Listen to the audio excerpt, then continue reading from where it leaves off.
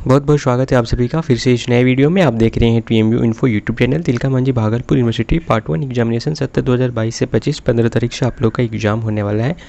तो जैसा कि मैंने बताया था कि मैं सजेशन दे दूंगा, लेकिन हाँ, आप लोग का जैसा रिकमेंडेशन रहेगा उसी हिसाब से सजेशन जाएगी। तो आप लोग ने बहुत सारे सब्जेक्ट का बोला कि मुझे इस सब्जेक्ट का सजेशन चाहिए, तो मैंने फाइनली डिसाइड किया कि सबसे पहले मैं पॉलिटिकल साइंस का सजेशन देता हूँ, जिसमें कि पेपर 1 पेपर 2 दोनों रहेगा और साथ ही साथ लगभग 90% प्रश्न जो है यहीं से आ जाएंगे। अगर आप सारे प्रश्न करके जा रहे हैं तो पर पेपर में आप 70% मार्क्स गेन कर पाएंगे।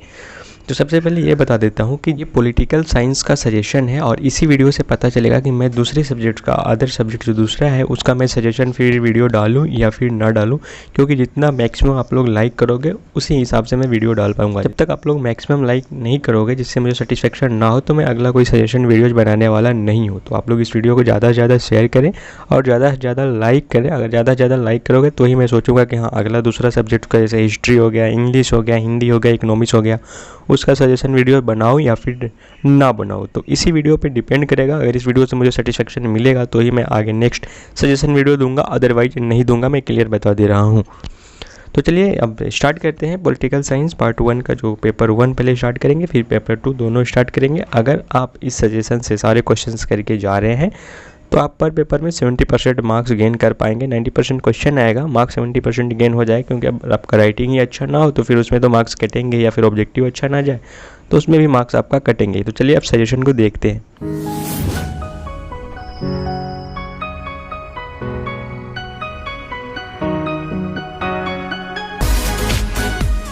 अभी आप अपनी स्क्रीन पे ये सजेशन देख सकते हैं। यहाँ पे टीएमयू बीए पार्ट 1 2023 जो आप लोग का एग्जाम होने वाला है, पॉलिटिकल साइंस का है, पेपर 1 का है। ठीक है, पहला नंबर आपका ऑब्जेक्टिव क्वेश्चन आएगा जो कि 10 क्वेश्चन रहेगा, पर क्वेश्चन 2 नंबर का रहेगा, तो 20 नंबर का आपका ऑब्जेक्टिव ही रहता है। ठीक है, उसके बाद करते हैं प्रश्न नंबर 2 में आपका रहेगा समानता क्या है। ठीक है, तो जैसे आर्ट्स है तो पॉलिटिकल साइंस में 4 ही आपको क्वेश्चन का जवाब देना होता है सब्जेक्टिव का, और एक ऑब्जेक्टिव रहता है। टोटल 5 क्वेश्चन रहता है, तो 5 में से आपका एक ऑब्जेक्टिव हो गया तो 4 ही क्वेश्चन का जवाब देना रहता है। तो यहाँ पे सजेशन में जैसे आपको दिया गया है टोटल 11 क्वेश्चन, तो 11 क्वेश्चन में से आपको मात्र 4 ही क्वेश्चन एग्जाम में पूछे जाएंगे। अगर आप 11 क्वेश्चन की तैयारी कर रहे हैं तो चारों क्वेश्चन यहाँ से आपके एग्जाम में आ जाएंगे, मोस्ट प्रोबेबिलिटी है इसका।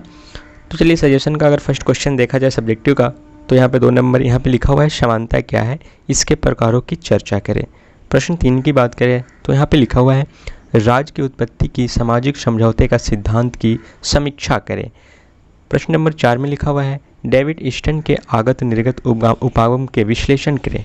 प्रश्न 5 में है संप्रभुता की एकलवादी सिद्धांत या फिर ऑस्टिन के संप्रभुता संबंधित सिद्धांतों की आलोचनात्मक परीक्षण करें।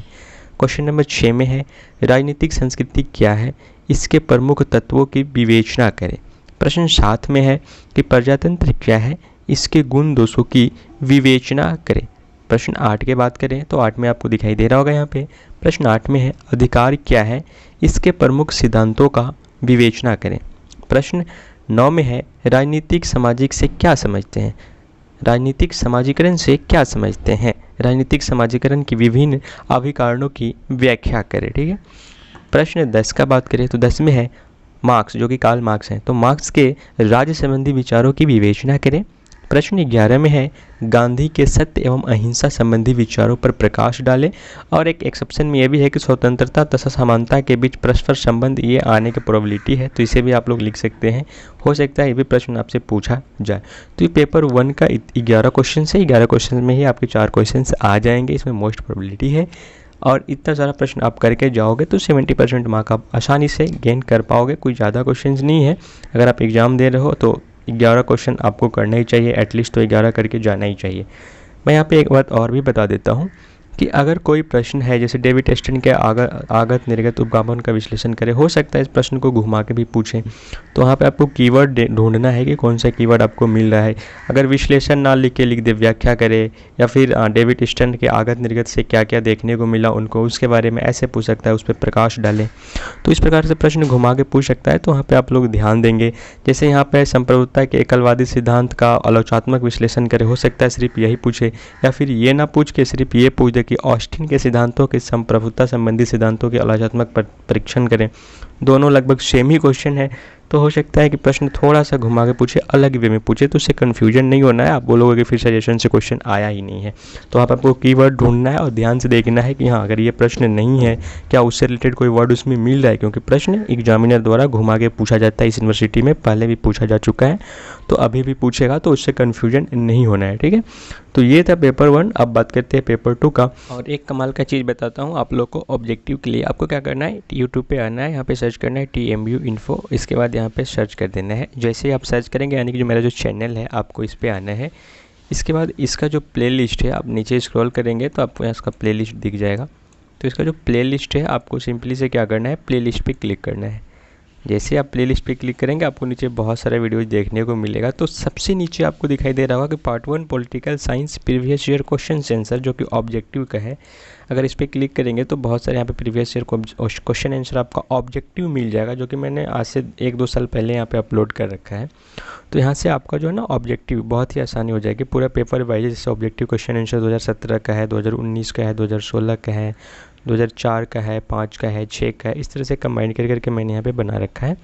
तो ऑब्जेक्टिव प्रश्न आप यहाँ से जाके भी देख सकते हैं, प्रीवियस ईयर ऑब्जेक्टिव सारा आपको यहाँ पे देखने को मिल जाएगा। तो ऑब्जेक्टिव प्रश्न का तैयारी जो है आप यहाँ से कर लें। उसके बाद बताते हैं फ्रेंड्स कि जिसका कंपलसरी में हिंदी है, बहुत सारे का कंपलसरी में हिंदी होता है, जो कि सब्सिडी के बाद कंपलसरी सब्जेक्ट होता है। बहुत सारे हिंदी और इंग्लिश रखते हैं। तो हिंदी के लिए यहाँ पे देख सकते हैं इसी प्लेलिस्ट में एक यहाँ पे बना हुआ है प्लेलिस्ट, आप उस पर क्लिक करेंगे। हिंदी के लिए बहुत सारे वीडियोज यहाँ पे अपलोड है पूरा। जैसे वर्दे वीणावादी कविता का भावार्थ लिखे, सब में व्यूज भी अच्छा खासा गया, 1.4 के 1.2 के। महादेवी वर्मा का जो कविता है मैंने बड़ी दुख की बदली, तो यहाँ पूरा अच्छे से इसका भावार्थ लिखा गया है। तो आप इसके भी जाकर देख सकते हैं। और साथ ही साथ यहाँ पे ऑब्जेक्टिव भी कवर किया गया है हिंदी, जो कि कंपलसरी है, 100 मार्क्स का हिंदी है, अनिवार्य भाषा। आप यहाँ पे देख सकते हैं सभी का प्रीवियस ईयर ऑब्जेक्टिव क्वेश्चन तो किया ही गया है। उसके साथ साथ इन लोग का जो भावार्थ लिखना है, जैसे हिमालय का कविता शीर्षक का कविता का शब्दों का भाव अपने शब्दों में लिखें, इसका है, सभी का यहाँ पे लिखा हुआ है। प्लस 2006 से लेकर 2020 तक का यहाँ पे प्रीवियस ईयर पूरा ऑब्जेक्टिव यहाँ पे है।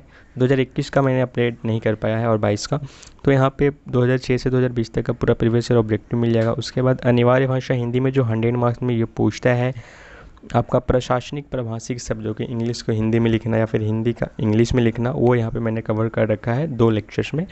तो आप उसे भी जाके यहाँ पे ज़रूर देख लें। यहाँ पे लगभग 30 वीडियोज आपको प्राप्त हो जाएगी।